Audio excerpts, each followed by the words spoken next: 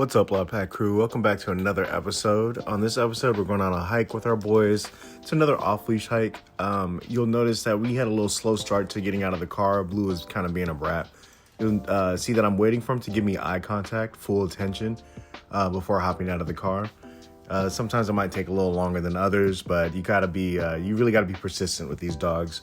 If you want to really have their obedience be top notch, you really want to be more stubborn than your dog. If you have a stubborn dog, be more stubborn than that dog. See, no release until the eye contact, and then boom, he can hop out of the car. Same thing with Solo and the others. At the start of this walk, since it took so long to get eye contact, I wanted to leave the Huskies on leash for a bit just to play things safe. I like to minimalize risk. I have full faith in their training, but whenever they're being brats, it's best to just, not play, not take certain risks. On the way in, there were a few people there, and normally the Huskies do not care about other people, but I just wanted to make sure we weren't freaking too many people out with too many off-leash dogs. A little later on in the walk, we do get the Huskies off-leash.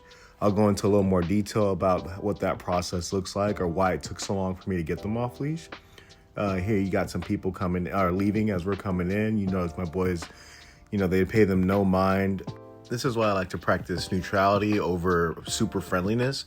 Of course, all my dogs are friendly. They like to meet certain people. They're kind of selective with their people, but they're not aggressive towards people. But that doesn't mean that they go dashing in to go meet everybody. It's very controlled greetings whenever they do meet people.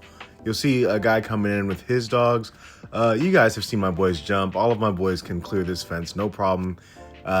They're not going to do that and go rush these dogs, so there's no reason to leash them up. We are keeping the Huskies on leash for now until we can get to a more open area, into the off-leash area. Sure, this isn't quite the leashed area, but as you can see, the other three dogs are doing just fine. The Huskies boys are super excited to go. You notice dog mom Ava here is playing it very safe. Do you guys have different dynamics like that in your households? Like a dog dad that takes a little bit more risk and a dog mom that's a little safer. Anyway, the Huskies are super excited and they're pulling, trying to get to the off-leash area. This is actually one of the reasons why we did not take them off-leash right away. If the dogs are too excited, it's not a really good time to just let them off-leash, release. Solo does calm down a little bit here, and he does come off-leash before Blue. It takes Blue a little bit longer. As you can see, we're making our way up this hill. Chief and Locke are off-leash, but they're staying by me. Everybody's handling their business, marking things up. I don't just let them free run all the way off-leash because, as you can see right up ahead, there's a truck passing by, and you're going to see a person also walking ahead with their dogs. So these places with the blind spots, I like to keep my dogs nearby. That way, I can call them quick on me or, just get them out of the way for whatever reason or if somebody's working. Technically, after this white structure on the left here, past that, this is the off-leash area. So we're going to start gearing up and getting ready to take the Huskies off-leash. Usually around here at Oyster Bay, people do a pretty decent job with their dogs. We have been ran up on a few times, but the park is so vast that it makes it kind of hard to run into people. Usually, since we are a pack of 5 dogs, other dogs will see that and they just know not to approach. Every now and then you do get one wise ass or somebody that's super bold and they'll still try to make the attempt, but for the most part we get left alone. You'll notice Lockhart, the tan shepherd here on the right, he's been kind of circling me, super excited. He knows I have his ball. He knows that this is the area where we usually start playing. We're letting Solo off leash. He's been doing a really good job. We decided to keep Blue on leash for a bit. He just wasn't listening, wasn't granting eye contact. And before I let any of my boys off leash, we have our rules implemented for a reason. Ava and we have to get that eye contact before letting him off leash. If he's more interested in other things, or if he's just distracted and he knows that we require eye contact before he can get off leash, then it's definitely not a good idea to let him off leash. This is part of the reason why I think my boys have they listen so well because of just all the structure we implement with them. So you'll notice Blue he's reduced his pulling a bit. He's starting to calm down a bit. He offers the eye contact. I let him off, and the leash doesn't release him. Remember that I do. And after that, there he goes. No problem, free to go. He's not suppressed or anything. He's good to go off and smell and do his own thing. requiring eye contact before releasing your dogs or before passing through thresholds like doors or cars, it can really set the pace for your walks and really make things a lot easier. It just lets your dog know that, hey, you're locked in, you're the one kind of controlling the walk. In the beginning, when I wouldn't request eye contact from them or wait for eye contact from them, things were pretty shifty. Like their recall would only be up to par sometimes, or they just had their moments where they would just do really annoying stuff or just really kind of blow off their training. And whenever we're on trails like this, like there's like other people or dogs, you really want your dogs to be like on point, especially before entering the off-leash area. Like, sure, there are a lot of risks with off-leash, off-leash hiking with your dog. There's other people, cars, things like that, but this is why your training needs to be up to par. I genuinely feel like the benefits outweigh the risk when it comes to off-leash. Your dog is able to walk at their own pace, go off, build independence, explore, sniff at their own free will. This is the result of training, you guys. It's freedom, letting your dogs be able to go do their own thing and be a dog. I can tell you, ever since I've got these boys off-leash trained, these off-leash hikes have been way more fulfilling. They come home and they go right to sleep. They just knock right out. Remember, a fulfilled dog is a happy dog, you guys. I've also seen all of my boys' confidence and independence go sky high. It's just skyrocketed after going off leash. It's just something about being off leash, that freedom with your dog, that trust that you have in your dog, that really just it just satisfies them like no other. But if you're not here yet, you can give like little sneak peeks of this to your dog, or kind of like little snippets, or like a precursor of what's to come for your dog by just getting a long leash. It might just seem like it's a lot of hassle, like it's a lot of tangle, but it's a really good way to practice that off-leash freedom, that feel, that vibe. Your dog's gonna get used to seeing you without the leash in your hand and listening to you, obeying commands with the leash or without the leash in your hand. It's also your backup plan to hold your dogs accountable for if they blow you off or recall. You can just reel them in with a long leash, or just holding them accountable. A big part of why a lot of people have to keep repeating their commands, or their dogs don't take them seriously, or their dogs blow them off, is because there's no follow-up. There's no way of holding your dog accountable for when they do they do ignore you. They know, like, last time I ignored mom, I was able to hang out at the dog park for a little bit longer, and then she chased after me, and it was so much fun. As opposed to you calling them, they blow you off. Now there's the physical correction of reeling them in. They're coming in the hard way. They can either come in the easy way, or you can reel them in the long leash the hard way. And no dog wants to keep going through that. So because you're holding them accountable and making sure that you're paying them with the reward when you do get the desired behavior from them, you're shaping the behavior you want from them, building on your recall, and eventually you can just delete the leash, and you'll have dogs like these, dogs that are reliable off leash, dogs that you can trust no matter what's coming by, cars, people, other dogs, that they will come in. Distractions mean nothing to them, and they're able to run freely. Now, I've heard a lot of so-called experts say things like you shouldn't allow certain breeds off leash, like Huskies, for example. They're just unreliable, too independent, just stubborn dogs. Well, here's a prime example of how that's not true. Here's Solo exhibiting a full recall, coming all the way in, checking in with his mom. As you can see, the Shep mixes over here, they're still doing their thing. They're locked in with me. We get fully engaged with Fetch while the Husky is explored. You're going to get a prime example of what it looks like to have fully trained dogs off leash here in a bit. This guy's going to come around the corner on his motorcycle, and we'll show you what we do in these situations, how we let people pass, just get out of the way. We're a large pack of dogs, so I usually like to step aside and let other people pass, as opposed to vice versa. Now, I find it interesting that even in non-off-leash areas, when we do this, people don't get upset that our dogs are off-leash. If anything, they'll give us compliments. They'll give us head nods and approval, and just thank us for having very well-trained dogs. It's a great feeling, you guys. It's an awesome feeling to have a trained dog, a dog that can go anywhere. People just A trained dog is a very happy dog. Training equals freedom. Now, I'm not saying train your dog up and go break leash laws at all. You know, that's that's definitely not the vibe here. You still wanna obey leash laws, but I think it's just a realistic approach that a lot of people are gonna let their dogs off leash, given opportunities. I would advise most people too. If like you're in a really secluded area, like let's say if you get to a gated park or like an empty baseball field or something like that, and you have the freedom to let your dog off leash for a bit, trained or not, let that dog off leash. Just make sure it's a secure location. There's nobody else there. It's secluded. You know, like dogs reach their full fulfillment off leash. I feel like even untrained dogs deserve to be off leash, or dogs in training, dogs that aren't fully trained deserve to be off leash. I'm not just saying let any just reckless dog just off leash. Like, here you go, have at it. Like, there should be like some underlining training. Like, the dog should at least know its name or respond to its name or recognize when it's time to go. If you want your dog to be off leash, like if you have that vision of your dog being off leash out in public, why not practice? Why not practice, at the very least, practice your recall? Why not put the work in to build a neutral dog? That way your dog ignores other dogs. Your dog won't go running up or start barking every single time it sees another dog. I feel like a good reason why a lot of people they don't really give a shit for our dogs being off leash in areas is because our dogs aren't running around being a nuisance. They're not charging into other dogs. They're not scaring people. They come in and check in with us whenever there's other people approaching or present on our trails.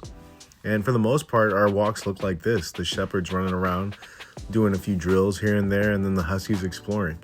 Sometimes we'll have the Huskies jump up on structures, fixtures, things like that, or work on some of their leash work, or, just minor training here and there. We don't flood them with too much training. These are all different dogs that all have different training styles. With Huskies, we tend to keep their training sessions short. Unless it's like a super one-on-one session, they usually lock in with those, and they like to go for, extended periods of time. And then for the shepherds, they get their prey drives satisfied through running around, chasing after this ball, doing commands in between. I forgot to include that the Huskies will also hunt on these walks, so they'll go after like ground squirrels, gophers, stuff like that. But you also do have to keep your eyes peeled, because we have run into a few snakes here. We actually had a rattlesnake encounter in the upcoming video that I'll share with you guys. So you just gotta be hyper vigilant on trails, keep your eyes peeled. You want your dogs to have a great time, but also want them to be safe. Sometimes I'll get like these spurts of running with them.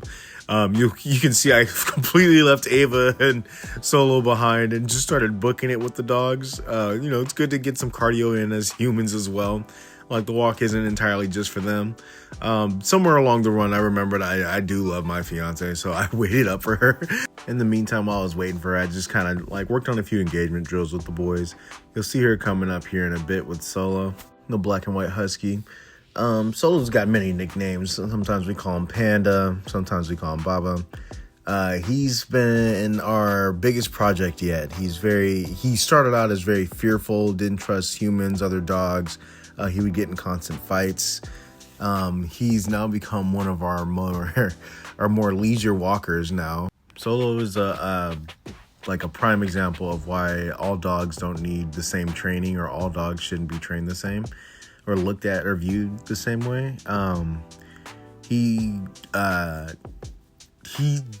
He's a very dominant dog at the same time as fearful. So that's why it took a lot of it really made dog training be viewed as an art in my eyes, because it was just lots of exposure, lots of guided exposure in the proper way, handling things, making sure he wasn't over threshold or making sure he wasn't overstimulated, knowing when to get out, knowing when to call it a good day. Solo was a real project. Funny enough, now he's gained way more confidence.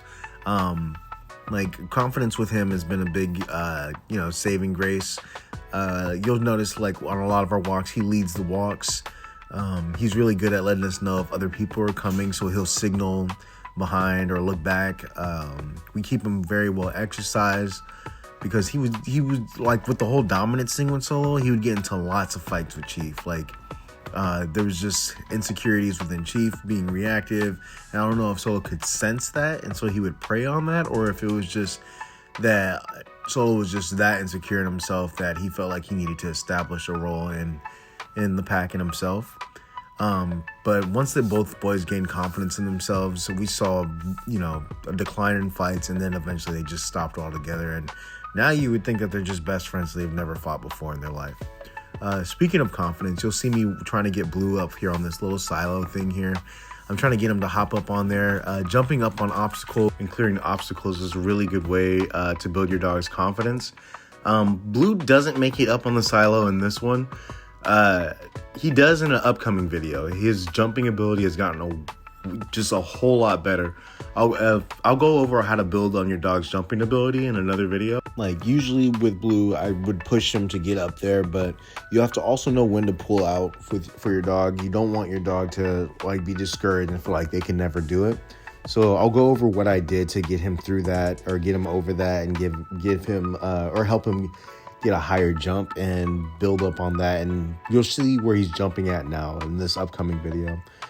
Here I was just kind of messing around with this little round tube thing that we found, trying to get Lockhart to go through it.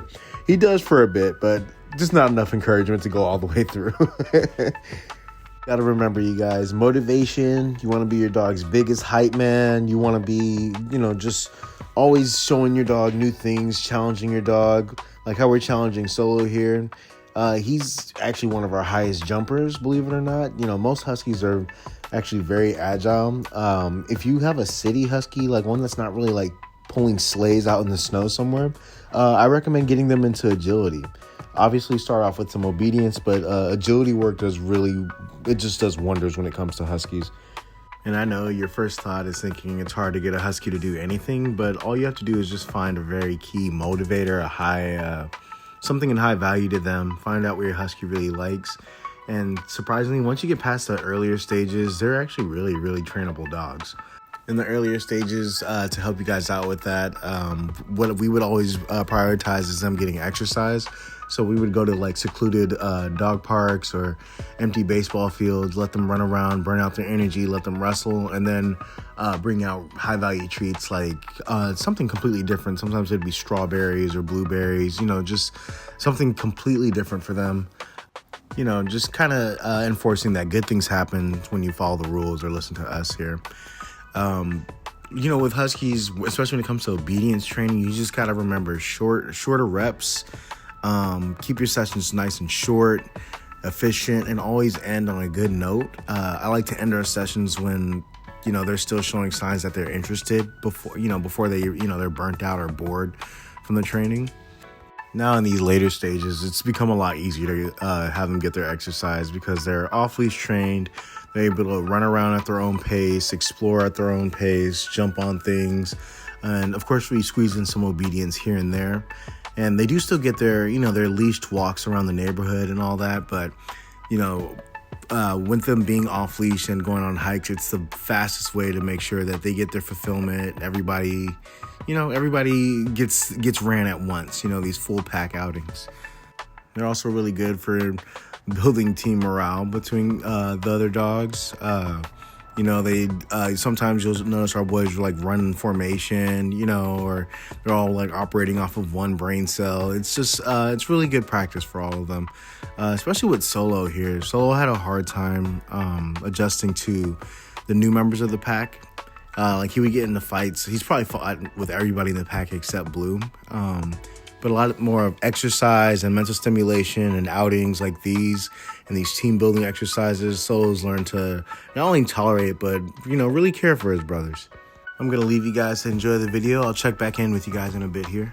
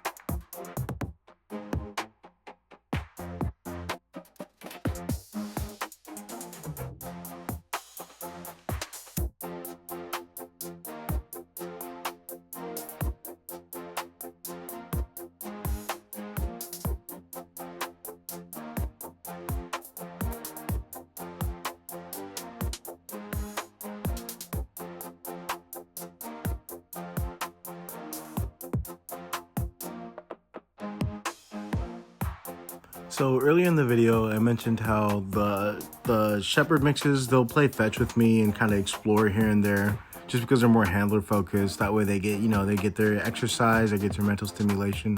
Whereas the Huskies will run off, be more independent, and do a little hunting. So here we have, coming up here, we have a rabbit that ran off, and Solo and Blue went after them. I've been trying to get Ava to trust our boy's recall a little bit more, and so I just kind of I asked her to like hold off from recalling them off the prey right away. I wanted the boys to get a chance to just go out and explore, and she agreed, but she was sitting up here worrying because that's just how dog moms are. But I just wanted her to have full trust in our training and to believe that the boys would be coming right back, and so. We gave the boys some time to do their thing, and finally when the time did come to recall them, they came right back. It's funny, I used to be very, I just didn't quite trust the Huskies when they ran off either, and I think it was just because of the stigma around the dog breed itself.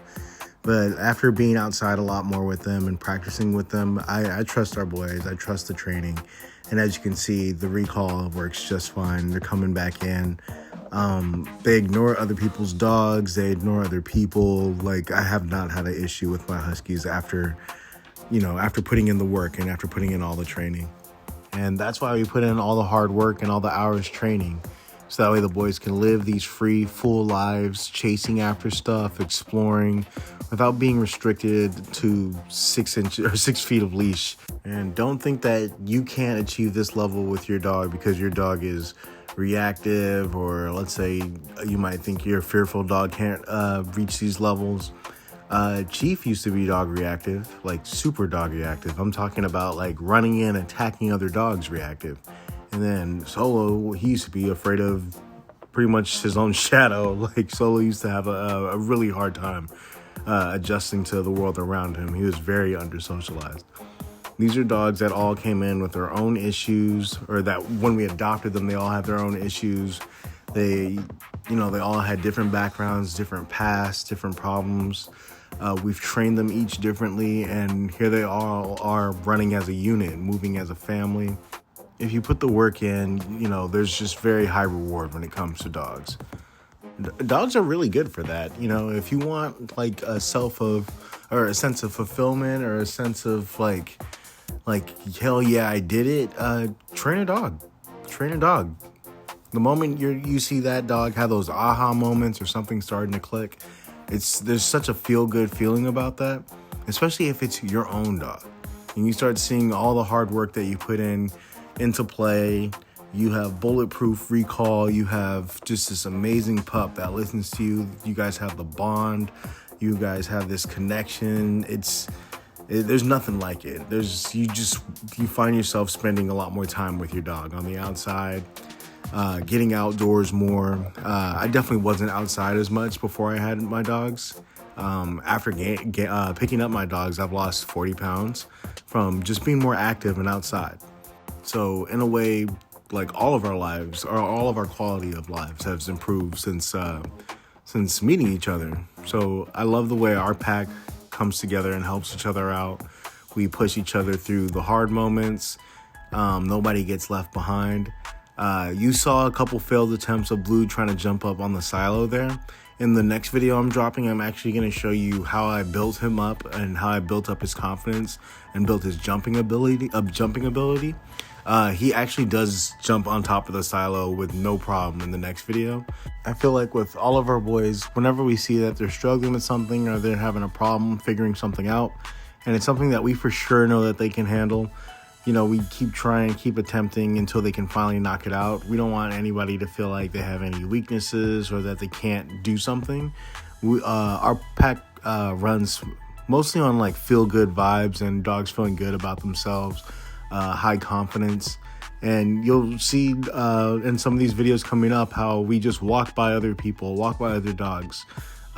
These dogs don't have much, or they don't have many wants. They don't need to go up to other dogs and be all up in their face. And now, I'm not saying that my dogs don't meet other dogs outside of the pack. They just do in very controlled environments. Like, let's say if all dogs are off leash, and there's let's say it's one dog that's curious and wants to meet some of the boys, I'll have them meet them one at a time, as opposed to everybody meeting their dog at once, rushing around or things like that.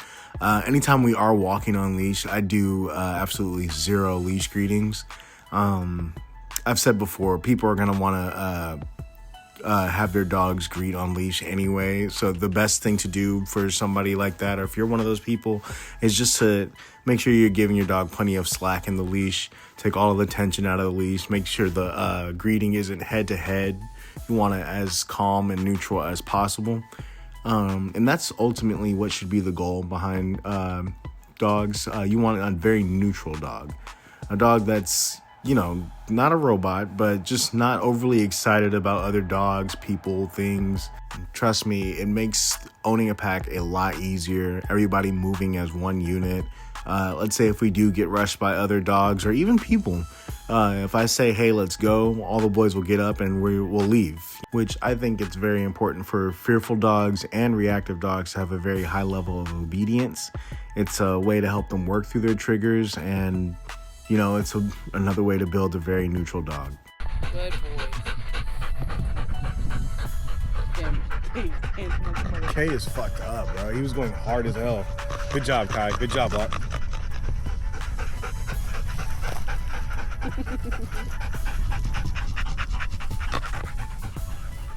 Packing those dogs, I'll tell you what.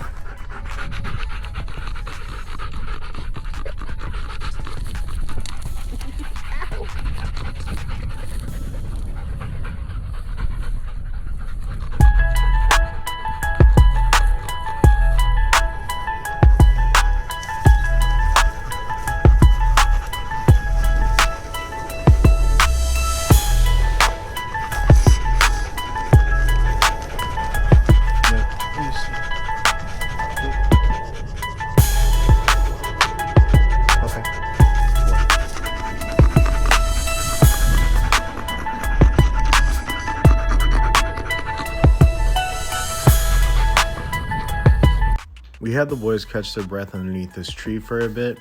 It's important to not give your dogs water when they're overheating like this. You want to give them a good 10 to 15 minutes to cool off, regulate their breathing before giving them water. If they're taking in too much water and air at the same time, you can cause bloat. Just a friendly reminder. As you can see, the Sheps needed a little bit more rest than the Huskies. The Huskies were kind of over there still roaming around doing their thing. There's a really good reason why it's important to have neutral dogs, and you'll see that here. This guy was kind of coming up behind us on the trail here. He had his dog with him, and a lot of the times people are like this. They'll see somebody training their dog or a group of people with their dog, or maybe somebody with a bunch of dogs, and they'll just come on over and assume that things are all dandy. Keep in mind, we are off trail over here by this tree. We just wanted, some time to ourselves. Let's go, boys. Come on. Solo, here. Look, here. Come on, boys. Solo, with me. Now, I wasn't trying to be rude. I was just kind of over behavior like this from people. You're creeping in from behind. You're not announcing yourself or anything like that. You're approaching a pack of dogs. You don't know anything about our dogs. If this were Chief or Solo from back in the day, there would have been a problem for sure. There would have been a fight. You can't do this with people. You have to, just kind of use better judgment. You never know what somebody's dog might have going on. Some dogs only like their packs. And, in this case, Solo. Solo only likes his pack. Yokai only likes his pack. And not saying that they're aggressive or bad dogs, but they just don't get enjoyment out of meeting other people's dogs. And we're just kind of weirded out by the whole thing. We just kind of kept it moving. But that's the beauty of having very neutral dogs, very well-trained dogs, that you can just get out of there and preserve, your quiet time with your family. You can get out of, situations where you don't want to be bothered by other people. Now, I do find a lot of people that are like, oh, you could have just said, You could have just said, hey, we would like to be left alone, but people do not. People don't respect people's wishes. I've had dogs run up to us in our days where our boys are reactive, and I'm screaming to owners, hey, not friendly, hey, can you get your dog? And they just laugh it off or think everything's a joke. So I find that it's just better to keep control of your own dog and just get out of there in moments that you feel uncomfortable.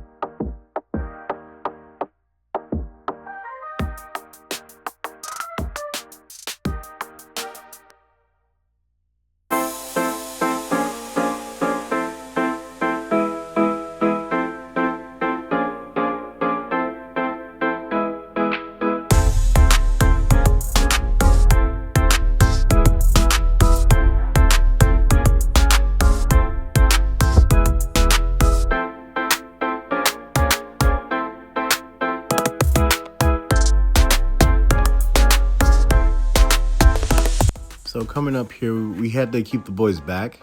We thought we found a snake, but it turns out a hawk had gotten to it already. You can tell by the pattern on it. Some people would say it's a hognose, but there's no hognoses in California. This is actually a rattlesnake that was beheaded by a hawk. Check it out. In one of our upcoming videos, we actually do have another rattlesnake encounter. You'll see things got pretty close. We almost lost Blue in that encounter. If you guys are out and about in a lot of like hotter, warmer areas in the summertime, I do recommend like snake deterrent training. Find a local trainer that can help you through it. We tried to find some after our latest rattlesnake encounter, and they wanted us to get a whole basic obedience package along with the snake deterrent training. Our boys are all fully trained as far as obedience goes, so at this point I really don't need a trainer. I just need a snake. But we're still in the works looking for somebody or a snake handler that can guide us through the snake deterrent training, so I'll keep you guys updated as far as that goes.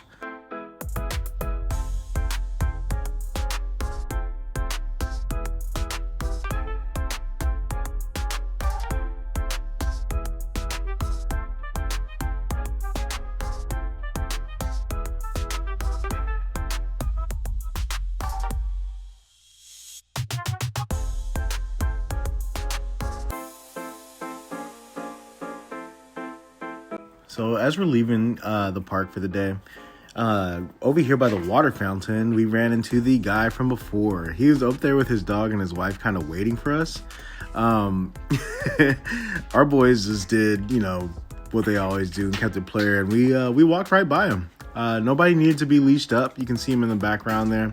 We just kind of just kept it, kept it neutral, kept on about our business, and made our way back to the car. I appreciate you guys watching this video. If you enjoyed this video, consider leaving a thumbs up, giving us a subscribe. We're always welcome to feedback. Leave some feedback in the comments. We appreciate you guys. We'll catch you on the next one.